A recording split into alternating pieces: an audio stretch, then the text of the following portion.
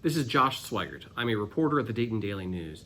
It is truly an honor to be recognized with the SPJ's Emil Dansker Award. I would like to take this opportunity to talk to you about Tammy Smith.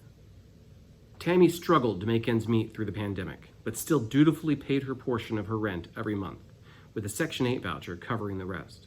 What she didn't know was that her landlord received $8,400 to cover rent at her apartment in someone else's name.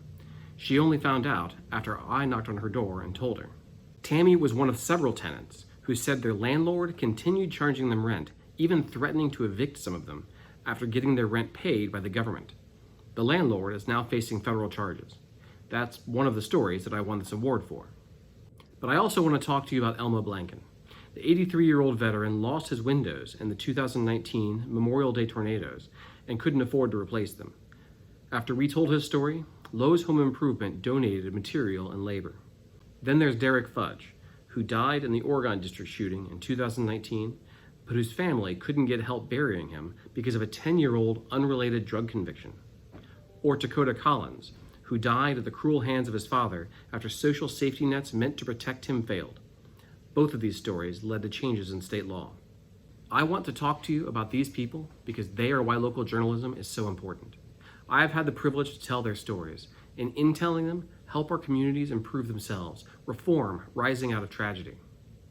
This is what we do as local journalists.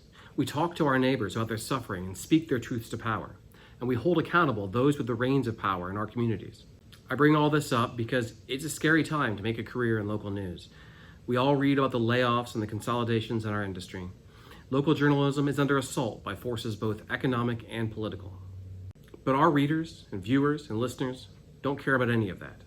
And while we have to adapt, we shouldn't dwell on it.